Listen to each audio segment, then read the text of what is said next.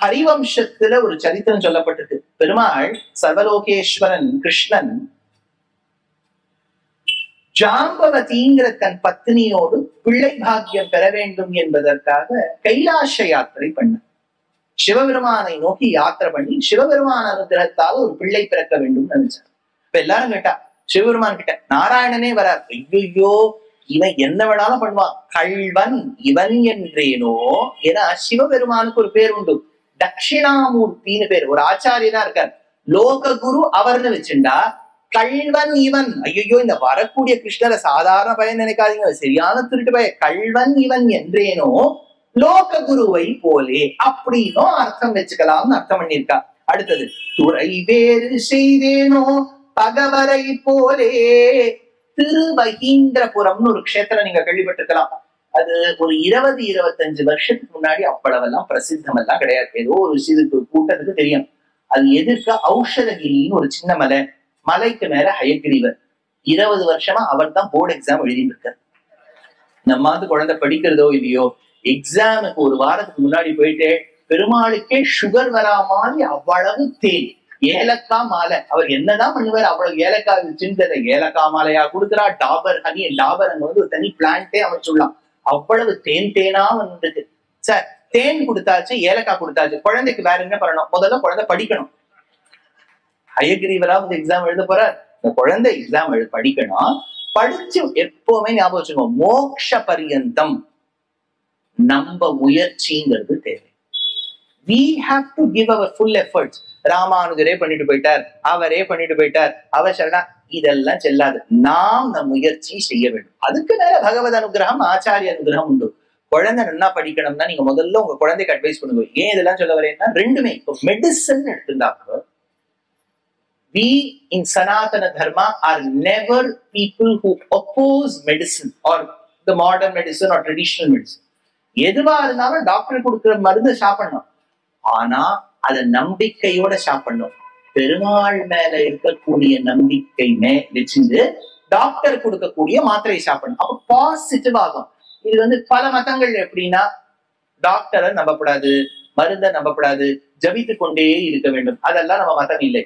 நம்மளுடைய மதம் என்னன்னா, டாக்டருக்குள்ள இருக்கக்கூடிய அந்தர்யாமியா இருக்கிறதும் நாராயணன் தான். அந்த வந்த வில்டாகிலிப்டின் மாலிக்யூலுக்குள்ள அந்தர்யாமியா இருக்கிறதும் நாராயணன் தான். அதை வந்து என்னை இந்த அளவுக்கு என்னை உயிரை வாழ வச்சதும் நாராயணன் தான். நாராயணனை நம்பி நான் வில்டாகிலிப்டின் சீதாகிலிப்டின் ஒண்ணு, அதே சீதா வேற இருக்கா பாருங்க, அதை நம்பி சாப்பிட வேண்டியதுதான். அப்படித்தான் நம் நம்பிக்கை. அது போல படிப்புன்னு வந்துட்டா கூட ஞாபகம் வச்சுங்க. இது வந்து உங்க குழந்தைகளுக்கு எல்லாம் சொல்லுங்க, just by reciting a shloka you will not be successful. You have to work hard.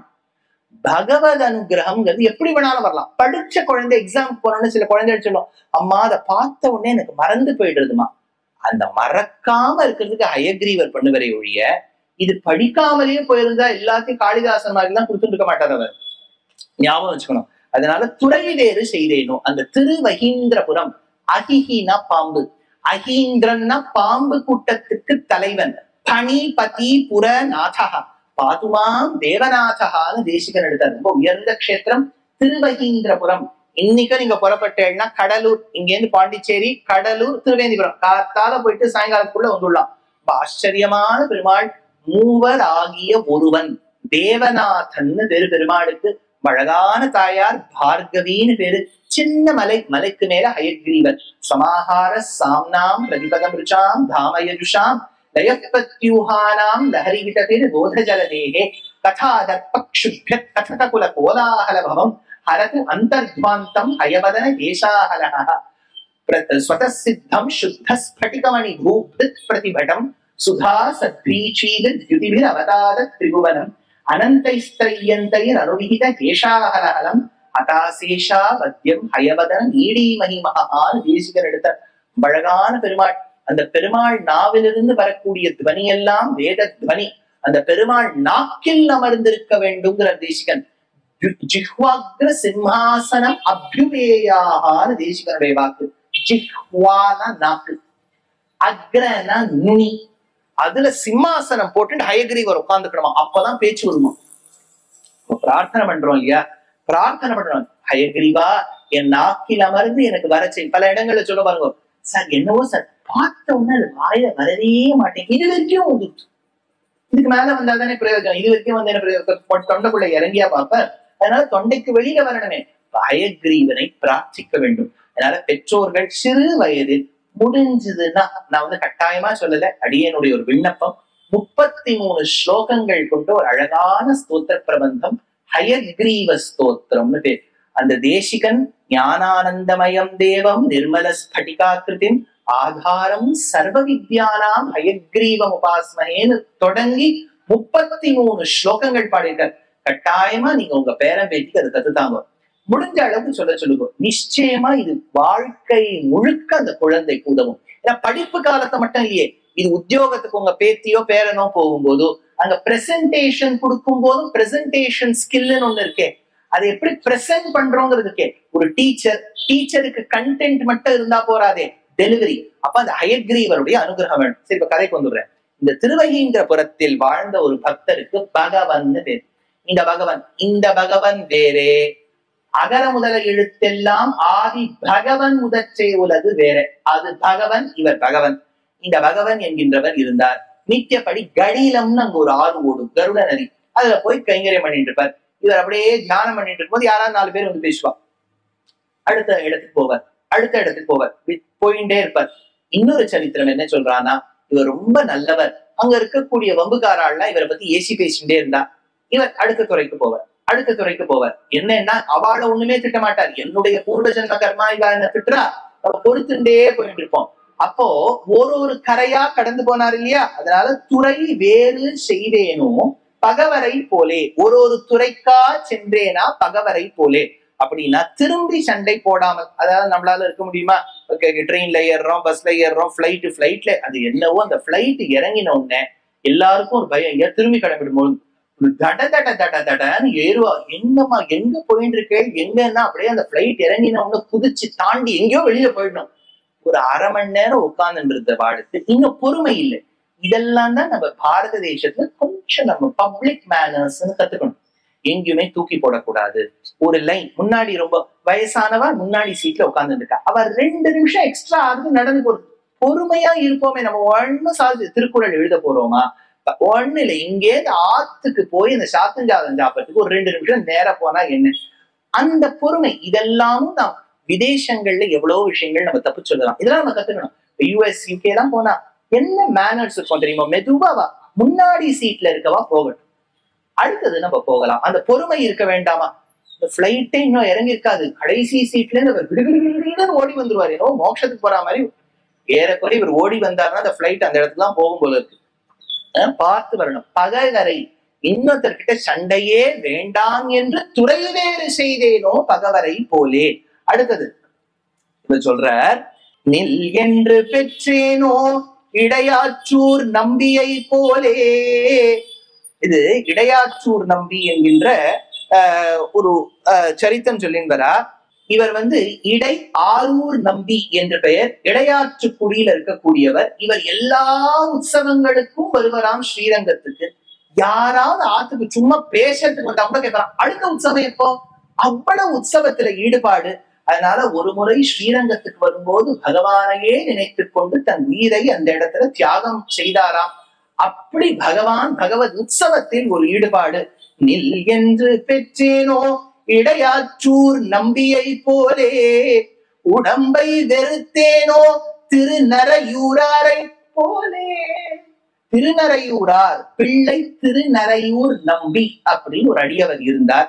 இந்த அடியவர் தொட்டியம் அப்படிங்கிற ஊருக்கு போயிருக்கார். அந்த வேதநாராயண பெருமாள் கோவில். இதேச்சே இவர் குடும்பத்தோட போகும்போது கோவில்ல தீ பிடிச்சுடுச்சு. சுத்தி கித்தி யாரோ தீ போட்டிருக்கா, பிடிச்சு கொடுத்தோ பிடிக்க வச்சாலோ தெரியல. அண்மையில வந்து யுஎஸ்ல வெஸ்ட் கோஸ்ட்ல அவ்வளவு காட்டு தீ வந்துடுத்தேன். அந்த மாதிரி அவ்வளவு காட்டு தீ வந்த உடனே அது கோவில் கர்ப்பகிரகம் கிட்ட வந்துடுத்து. இவர் குடும்பத்தை எல்லாம் தியாகம் செய்து உள்ள கிடுகிடுன்னு போனார். குழந்தைகளும் பின்னாடி வந்துதான். உடனே பெருமாள் திருமேனிய கட்டி பிடிச்சுட்டாராம். ஏன் பிடிச்சுக்கிறப்பான்னு கேட்டுதான். ஐயோ, நம்ம இந்த பெருமாளை சேவிக்க வந்துட்டோம், காட்டு தீ கோவில் தீ வந்துடுத்தூங்கிறதுக்காக இந்த பெருமாளை விட்டுட்டு போக முடியுமா? இந்த சர்வலோகேஸ்வரனுடைய திருமேனிக்கு ஏதாவது ஆயிட போறதேன்னு இந்த பெருமாளை கட்டி பிடிச்சுன்னு அந்த அக்னிக்குள்ள அவரும் பஸ்மமானார். ஞாபகம் வச்சுக்கோ, அவ்வளவு பெருமாள் திருமேனி மேல பிராவண்யம். அதனால ஸ்ரீவச்சன பூஷணத்துல பிளரோகாச்சாரியார் எடுக்கிறார், உபேயத்துக்கு இளைய பெருமாளையும் பெரிய உடையாரையும் பிள்ளை திருநறையூர் அரையரையும் சிந்தையந்தியையும் போலே இருக்க வேண்டும். உபேயம் உபாயம், உபாயம்னா வழி, உபேயம்னா அடையும் பொருள். நேத்தே நான் சொன்னேன் அந்த திருப்பாவை சொல்லும் போது, whomever is your destination, that is referred to as உபேயம். அப்ப 4 உதாரணங்கள் கொடுக்கிறார். உபேயத்துக்கு இளைய பெருமாளையும், இளைய பெருமாள்னு சொன்னா லக்ஷ்மணன், லக்ஷ்மணனுக்கு உபேயம்னா ராமர் தான், ராமருக்கு ஒண்ணு ஆயிடக்கூடாதுன்னு அவன் நினைச்சான். அடுத்தது பெரிய உடையார், சீதைக்கு ஒண்ணும் ஆயிடக்கூடாதுன்னு பெரிய உடையாராக இருந்த ஜட்டாயு நினைச்சார். அடுத்தது பிள்ளை திருநறையூர் நம்பி, தொட்டியத்துல இருக்கக்கூடிய வேதநாராயண பெருமாள் மூலவர் உற்சவருக்கு உண்டாயிடக்கூடாதுன்னு அவர் நினைச்சார். சிந்தையந்தின்னு நினைச்சா கிருஷ்ணர் நினைச்சு. அதாவது 4 பேரும் பகவான் மீது அவ்வளவு அன்பு. அப்படின்னா தன்னுடைய குடும்பம் தன்னை பகவானுடைய கைங்கரியத்துக்காக, திருமேனியுடைய பாதுகாப்புக்காக உயிர் விட்டவர் இந்த பிள்ளை திருநறையூர் நம்பி. அதை நினைச்சுன்னு சொன்னாலாம், உடம்பை வெறுத்தேனோ திருநறையூராரை போலே, என்னை போல் என்றேனோ உபரிச்சரனை போலே, என்னை போல் என்றேனோ உபரிச்சரனை போலே. உபரிச்சரவசூன்னு ஒரு ராஜா, ரொம்ப தார்மீகமான ராஜா. இதெல்லாம் கேள்விப்பட்டாலே ரொம்ப அபூர்வமா இருக்கு. தர்மத்தை கடைபிடிக்கக்கூடிய ராஜாக்கள்லாம் எங்க? அதனால இந்த தர்மத்தை கடைபிடிக்கக்கூடிய ராஜா உபரிச்சரவசூர். எவ்வளவு தர்மத்தை கடைபிடிச்சார்னா, அவர் ரதத்தில் செல்லும் போது அவருடைய தேரினுடைய சக்கரம் பூமியில கூட படாதாம். அப்படி பட்ட ஊருக்குத்தான் தேர் அழுந்தும் ஊர், தேரழுந்தூர்னு சொல்றோம். ஒரு பெயின் இருக்கார். ரிஷிகளுக்கும் தேவர்களுக்கும் ஒரு சண்டை வந்துட்டான். இந்த யாகங்கள் பண்ணும்போது பசுவை போல ஒரு பொம்மைய பண்ணி திலதேனுவை பண்ணி தியானம் பண்ணா போறோம்னு ரிஷிகள் சொன்னாலாம். தேவர்கள் இல்ல இல்ல எங்களுக்கு நிஜம் மிருகத்தின் வதை வேணும்னு சொன்னாலாம். ராஜா கிட்ட வந்து கேட்டா, ராஜா வந்து சொல்லிட்டா, இல்ல ரிஷிகள் சொல்லுவதுதான் சரி, மிருக ஹிம்சை கூடாதுன்னாராம். தேவர்களுக்கு கோபம் வந்துதான். இத்துணை நாள் உன்னுடைய தேனுடைய சக்கரம் பூமியில் படாதது என்கின்ற கர்வத்தோடு தானே இருந்தாய். எங்களை எப்போது எதிர்த்தாயோ உன் சக்கரம் பூமியில் படும் தான். பட்டாலும் பரவாயில்ல, நான் தர்மத்து பக்கம்தான் நிற்பேன்னு ராஜா சொன்னாராம். என்னை போல் என்றேனோ உபரிச்சரனை போலே, என்ன வேணாலும் ஆகட்டும் தர்மத்தின் வழியில் தான் நான் நிற்பேன்னு சொன்னாராம். நீரில் குதித்தேனோ கண்ணபுரத்தாளை போலே. திருக்கண்ணபுரம்ன்றது விதேசம். அங்க இருக்கக்கூடிய ஒரு பெண்ணுக்கு, நங்கைக்கு திருக்கண்ணபுரத்தாள், கண்ணபுரத்தாள்னு பேர். இந்த கண்ணபுரத்தாள் ஒரு முறை ஸ்ரீரங்கத்துக்கு வந்த உடனே தன்னுடைய ஆச்சாரியனை வினவினாள். கீழே விழுந்து சேவிச்சா. ஆச்சாரியனும் சிஷ்யையுமாய், ஆச்சாரியன் சிஷ்யை கண்ணபுரத்தாள், இவா 2 பேரும் படகோட்டி கிட்ட சொல்லி ஒரு பரிசல்ல காவேரிய தாண்டி போயிட்டு இருக்கா. காவேரியில வெள்ளம் பெருக்கெடுத்து ஓடுறது.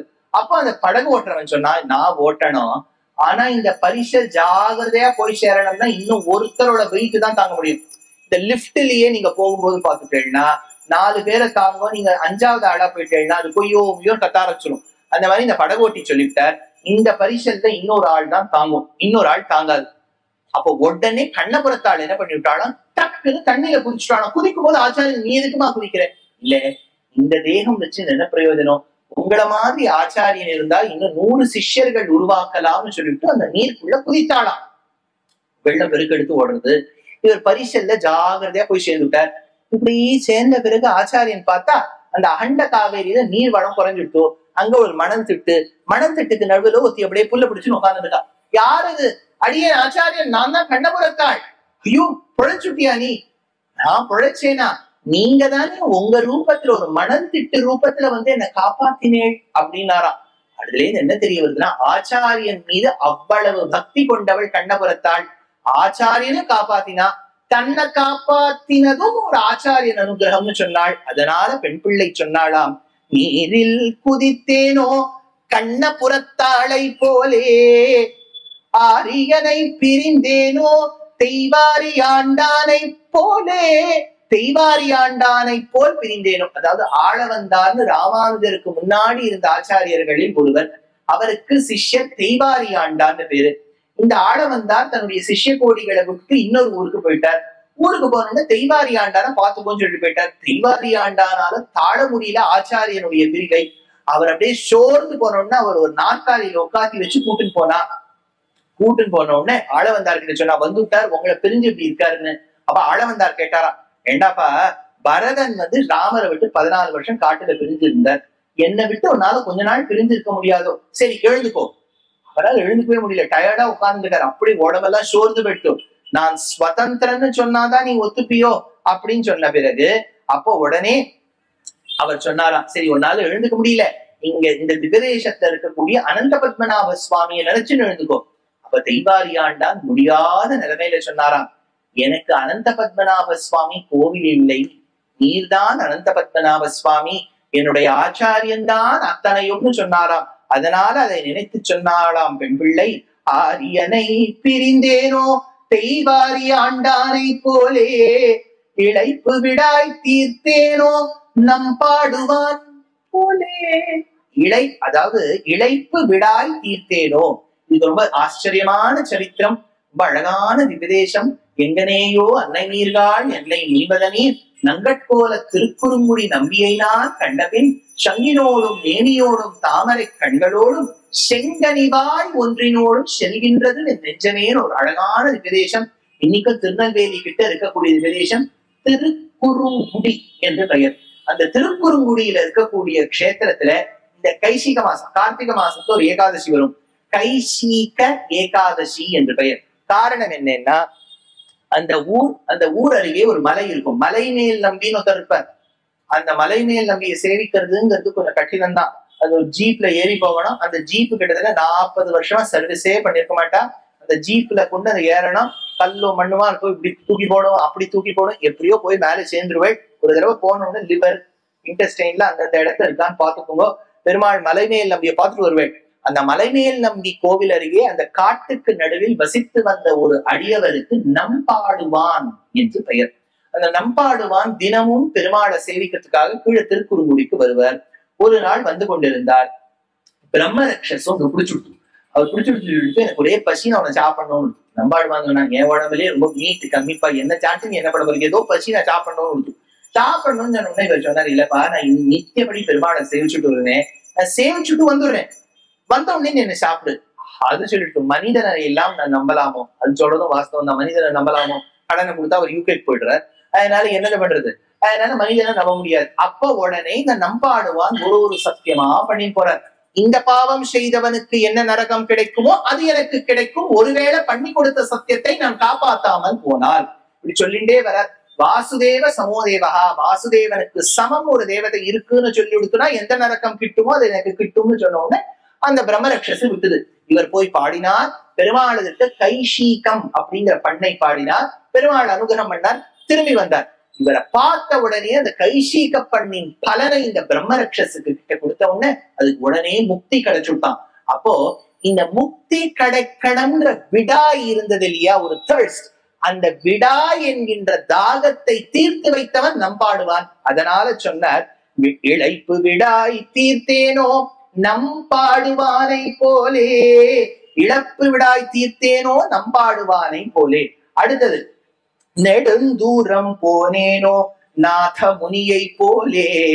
ஞாபகம், இந்த குரு பரம்பரை பார்க்கும்போது ராமானுஜருக்கு முன்னே ஆளவந்தார், ஆளவந்தாருக்கும் முன்னே இருந்தது நாதமுனிகள், ரங்கநாத முனின்னு பேர். அவர் இருந்த க்ஷேத்திரம் தான் காட்டு மன்னார் கோவில் என்று இன்னைக்கு நம்ம பாண்டிச்சேரி கடலூர் கிட்ட இருக்கு பாருங்க, அந்த இடத்துல தான் அழகான ஒரு ஏரி அமைத்தான் சோழன். அதற்கு வீர நாராயணபுரம் ஏரி, வீரநாராயணபுரம் ஏரிங்கிற பேர் மருவிதான் வீராணம் ஏரின்னு ஆச்சு. அந்த வீராணம் ஏரிக்கு தான் 74 மதகுகள். அதுதான் நீங்க பொன்னியின் செல்வன் முதல்ல பாப்பேன், அந்த வந்தியத்தேவன் தன்னுடைய குதிரையில் வந்தான், அந்த வீரநாராயணபுரம் ஏரி என்கின்ற வீராணத்தை பார்த்தான். ராமானுஜர் இதை பார்த்துத்தான் 74 சிம்மாசனாதிபதிகளை அமைத்தாரோ என்கின்ற அளவெல்லாம் வருவாங்க. அங்க அந்த ரங்கநாத முனி என்கின்ற நாதமுனி சுவாமிகள் இருந்தார். அவர் யோக சாஸ்திரத்துல மிக நிபுணர். அந்த சரித்திரத்துல என்ன வரும்னா, நாதமுனிகள் அப்படியே பகவான தியானம் பண்ணிட்டு இருக்காரு. இந்த அஷ்டாங்க யோகம்னு பேர். யமம், நியமம், ஆசனம், பிராணாயாமம், பிரத்யாகாரம், தாரணா, தியானம், சமாதி, 8 நிலைகளோடு கூடிய அங்கங்களோடு கூடிய இந்த யோகாவுக்கு அஷ்டாங்க யோகான்னு பேர். அதுல 8வது நிலை சமாதி. அந்த மெடிடேஷனுங்கிறதே எப்படி இருக்கணும்னா, பகவானை தியானிக்கணும், அப்படியே செங்கன் சிறு சிறுதே எம்மேல் விழியாகும்னு ஒரு பாதி மூடி இருக்கணும் கண்ணு. அந்த 2 கண்ணினுடைய பிரதாபமும் மூக்கு நுனிய தியானிக்கணும்.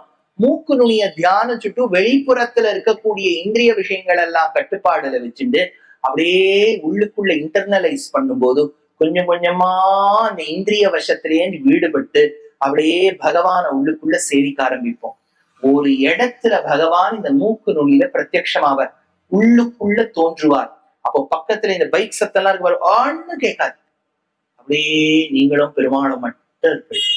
அதுக்கு சமாதின்னு பேர். அந்த நிலைமைக்கு அது ரொம்ப உயர்ந்த நிலை அஷ்டாங்க யோகத்துல. இப்படி கண்ணை மூடின்ட்டா தியானம் நினைக்காதீங்க. கண்ணை மூடின்ட்டாலும் நம்ம மனசு வந்து கேஸ் அணைச்சோமா, அது பண்ணோமா, இத்த பண்ணோமா, நாளைக்கு என்ன பண்ணணும், இதுல தானே இருக்கு. அதெல்லாம் மீறிண்டு வரணும். இங்கேயாவது கொஞ்சம் கஷ்டம் இல்ல, நீங்க இருக்கிற இடத்துலயே வந்து காலணிகளை தரித்து கொண்டு கீழே வச்சுடலாம். இப்ப காலணி பல கோவிலா இருந்துட்டுனா வெளியே விட்டுட்டு வரணும். அது என்ன இடம் கஷ்டம். முழு செருப்பு எடுத்துன்னு போயிட்டாலும் பரவாயில்ல. சில பேர் என்ன பண்ணுவாங்க, நம்ம 2 செருப்பு ஒண்ணுக்கு எடுத்துன்னு போயிடுவா, அவளோட இன்னொன்னு விட்டுட்டு போயிடுவா. இது மாத்தி மாத்தி அதாவது மிக்ஸ் அண்ட் மேட்ச்னு ஒரு விஷயம் இருக்கு. அது செருப்புல இல்லாம உட்காந்து பண்ணிட்டு இருப்பா. இப்ப இதெல்லாம் தான் நமக்கு நினைப்பு இருக்கும். தியானம்னு வந்துட்டா நம்ம செருப்பு ஜாகிரதையா இருக்கா, கொடை ஜாகிரதையா இருக்கா, பேக் ஜாகிரதையா இருக்கா, வண்டி ஜாகிரதையா இருக்கா, டோ பண்ணின்னு போயிடுவாடா, எவ்வளவு கவலைகள் இருக்கு பாருங்க. அது இல்ல, அப்படியே பகவான் நினைச்சா அந்த இடத்துல லயிச்சிருக்கணுமா. அப்படி இருக்கும்போது ஒரு முறை அந்த ஊர் ராஜாவே வந்தாராம், ராணி வந்தாராம். இதையெல்லாம் அவர் கண்டுக்கவே இல்லை. அப்படியே தியானத்துல இருக்க. அப்படி தியானத்துல இருக்கும்போது பெருமாள் எட்டி பார்த்தாப்புல இருக்கான். இப்படி பார்த்தா யாருன்னா சாட்சாத் ராஜாவை தியானம் பண்ணக்கூடிய பெருமாள் பார்த்திருப்பார். ஏன்னா பரம்பரைப்படி எப்படின்னா நம்ம பெரியோர்கள் சொல்லுவது எப்படின்னா, திருவுடைய மன்னரை காணில் திருமாலை கண்டேனே என்னும் நல்ல ஒரு ராஜா தன் தர்ம பத்னியோடு நல்ல விதத்தில் ஆண்டு கொண்டு வந்தார். நல்ல விதத்தில் ஆண்டு கொண்டு வந்தார். திருவுடைய மன்னரை காணில் திருமாலை கண்டேனே என்னும் ஆச்சாரியனை பார்த்ததாவே அந்த இடத்துல கொள்ள வேண்டும். திருமாலை கண்டேனே என்னும் கருவுடைய கோவில்கள் எல்லாம் கடல்வண்ணன் கோவிலே என்னும். எந்த இடத்துல எல்லாம் கருடனை பாக்குறோமோ அதெல்லாம் பெருமாள் கோவில்னே நினைக்கணுமா. அப்படி ராஜாவை அப்படியே பார்த்த உடனே, பெருமாள் பார்த்த உடனே ஓஹோ நான் ராஜாவை விட்டுட்டேனே நெடுதூரம் ஓடினாராம். அந்த ராஜாக்குள்ள பெருமாளை பார்த்தாராம். ஒன்று. 2ஆம் முறை அந்த நாதமுனிகள் தியானித்துக் கொண்டிருக்கும் போது ஒரு வேடுவன் வேட்டு வச்சு குரங்கெல்லாம் வந்தா மாதிரி தெரியறதான். அப்போதுதான் இவர் அகக்கண்ணில பார்க்கும்போது தெரியறதான், இது வேடுவன் வேட்டு வச்சு வேற யாரும் இல்ல, ராமர், சீதை, வந்த குரங்கு ஹனுமான். உடனே அவளை மனசுல தியானம் பண்ணிட்ட ஓடினார்.